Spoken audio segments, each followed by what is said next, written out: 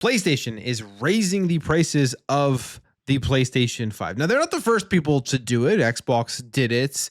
Nintendo did it with the original Nintendo Switch. They also made people believe they were going to raise the prices of the Nintendo Switch too. And I would bet once whatever amount of consoles that they have stockpiled in places where they won't be affected by tariffs and less affected by economic conditions, those prices will go up as well. But we are in an absolutely insane generation of consoles. It makes no sense. Gaming is becoming less affordable for people, at least in terms of getting into the hardware. And I think this is definitely the signal as to what is happening here. When you see things like subscription services like Xbox Game Pass, PlayStation Plus, Nintendo Switch Online, you have tons of sales all the time on the digital side of gaming where these companies are trying to keep you locked into their storefronts.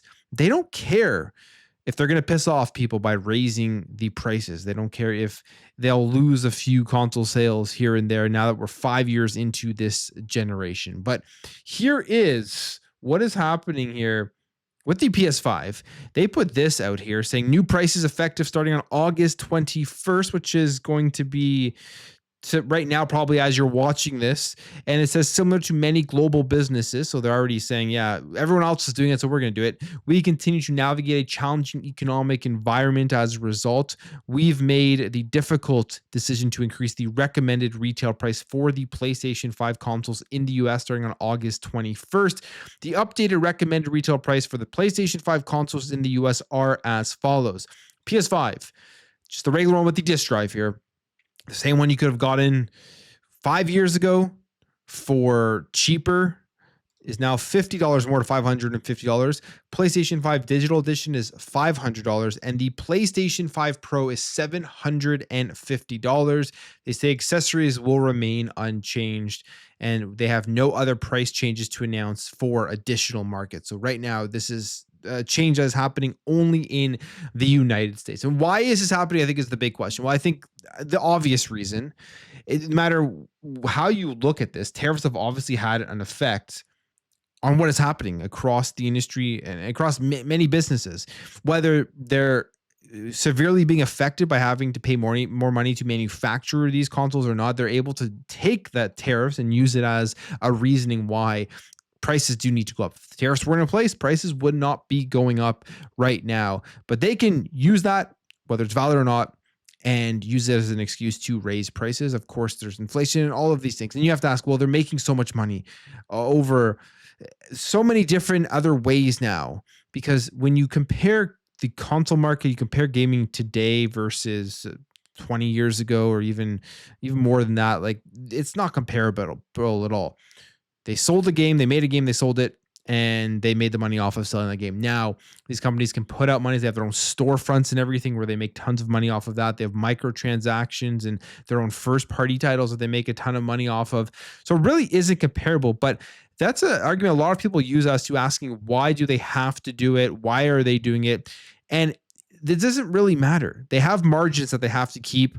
They have shareholders they have to keep happy. And if those margins are getting smaller and smaller and tighter, especially with things like tariffs that do come in, which will reduce the margins to some extent, they're going to do whatever they can to make money. That's the goal of these companies. They don't really care about anything else, whether it's worthy or not to have to raise the prices, if it makes sense or not. They don't care.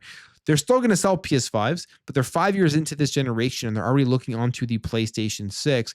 The question is, though, the PS5 Pro being $750. Who wants to go out and buy a PS5 Pro at $750? You might as well just start thinking about saving up to build a PC and just don't waste the money on that, because as we know right now with the PS5 Pro, it isn't even that big of a huge advantage over the base consoles, and the tech inside of it isn't even that much bigger, that much better.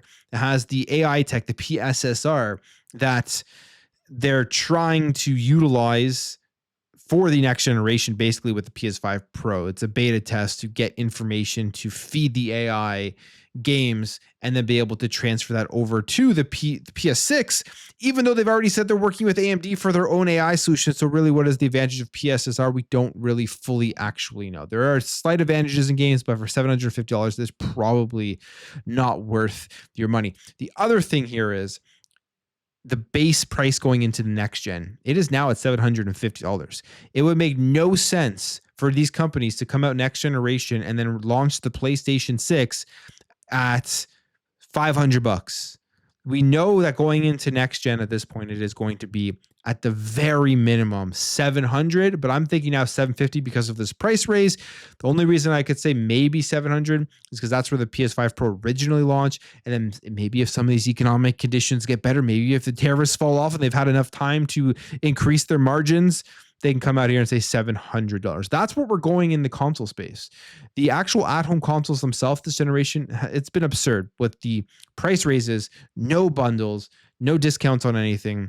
And we're going forward now where they've set themselves up to have these high prices on consoles, but still give people access to their ecosystem in different ways. At least on the Xbox side, they've done a very good job at that, where it's still somewhat affordable if you're on Game Pass and you don't want to pick up the hardware, but you play through the cloud or something along that. But a lot of people don't want that, especially who are console fans. They want to actually pick up the hardware and play the games natively. And gaming as a hobby is getting less and less affordable for a lot of people. It's unfortunate to see. I hope the trend starts going in the other direction in the next few years. But as of right now, I'm thinking we are heading into a time where hardware isn't going to be something that sells at a low cost to get into as many people's homes as possible. It is now becoming a luxury item on the console side of things, which is not generally how it's been. Consoles have generally been able to be pushed at a lower cost and try to push out to as many people as possible. But at 750, I just don't see that happening. That's my thoughts on this. Let me know what you think about the price raises. If you don't have a PS5, would you go pick one up now at these prices, or are you just going to wait until the next gen, or just you're done with consoles at this point? I think that's something that could be happening for a lot of people. But I'll leave it there. If you did enjoy this video, hit that thumbs up, share, like, all the stuff. Catch you guys in the next video.